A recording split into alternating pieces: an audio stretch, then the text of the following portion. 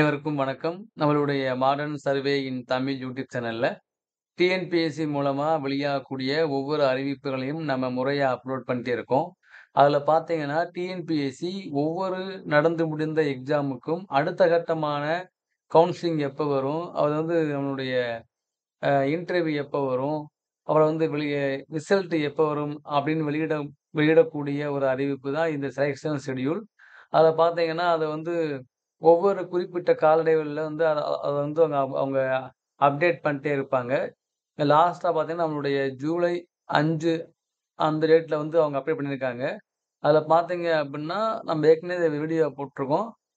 அதாவது இதில வந்து பெண்டிங்கா உள்ளது இந்த 4 கேஸ் மட்டும் தான். மோட்டார் வெஹிக்கிள் இன்ஸ்பெக்டர் கேஸும், நம்மளுடைய குரூப் 1சி சர்வீஸ்ல உள்ள டிஇஓ கேஸும் அது பெண்டிங்கா இருக்கு.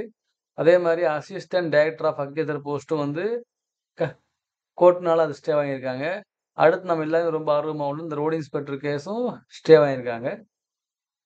ஸோ மத்தெல்லாம் பார்த்தீங்க அப்டின்னா, குரூப் 4 வந்து கம்ப்ளீட்டா எல்லா ப்ராசஸும் முடிஞ்சிருச்சு.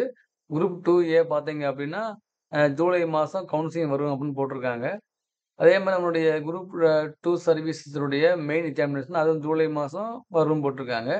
அப்புறம் நம்மளுடைய கம்பைன்ட் சர்வீஸ் நான் இன்டர்வியூ போஸ்ட்ல பார்த்தீங்க அப்டின்னா, பேஸ் 4 உடைய லிஸ்ட் வந்து வெளியிட்டிருக்காங்க. அதாவது நம்முடைய பிசிவிக்கு. அடுத்ததுன்னா ப ப ஃபேஸ் 4 வந்து கம்ப்ளீட் ஆயிடுச்சு. கவுன்சிலிங் முடிஞ்சுச்சு அப்படின்னு லிஸ்ட்டையும் வெளியிட்டுருக்காங்க.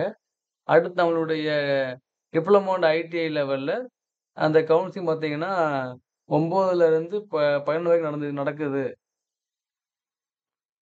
அப்படின்னு இன்ஃபார்ம் பண்ணியிருக்காங்க. எது ஜூலை மாசம் 9ஆம் தேதியிலிருந்து 11ஆம் தேதி வரையும் நடக்கப் போகுது அப்படிங்கிற இன்ஃபார்மேஷன் குடுத்துருக்காங்க.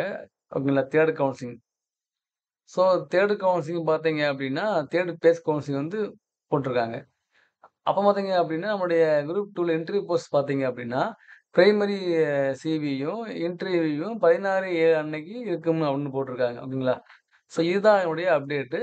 அப்புறம் நம்முடைய குரூப் 1 எக்ஸாம் உடைய ரிசல்ட்ட வந்து பார்த்தீங்கன்னா, ஆகஸ்ட் மாசம் வெளியிடுவோன்ட்டு இருக்காங்க. அதே மாரி குரூப் 1ஏ உடைய ரிசல்ட்டையும் ஆகஸ்ட்ல வெளியிடுவோம் அப்டின்னு போட்டிருக்காங்க. ஸோ இது ஒவ்வொரு ரிசல்ட் அப்டேட் ஆகும்போது, இதுவும் வந்து அப்டேட் பண்ணி வெளியிடுறாங்க. இத வந்து முதல்லாம் வந்து இவங்க ப்ராப்பரா அதெல்லாம் பண்ண மாட்டாங்க. இப்ப சமீப காலமா அத ப்ராப்பரா அவங்க அப்டேட் பண்ணிட்டாங்க. நெறைய மாற்றங்கள் நடக்குது டிஎன்பிஎஸ்சில. ஸோ எல்லாமே அது நல்லா தான் பண்றாங்க.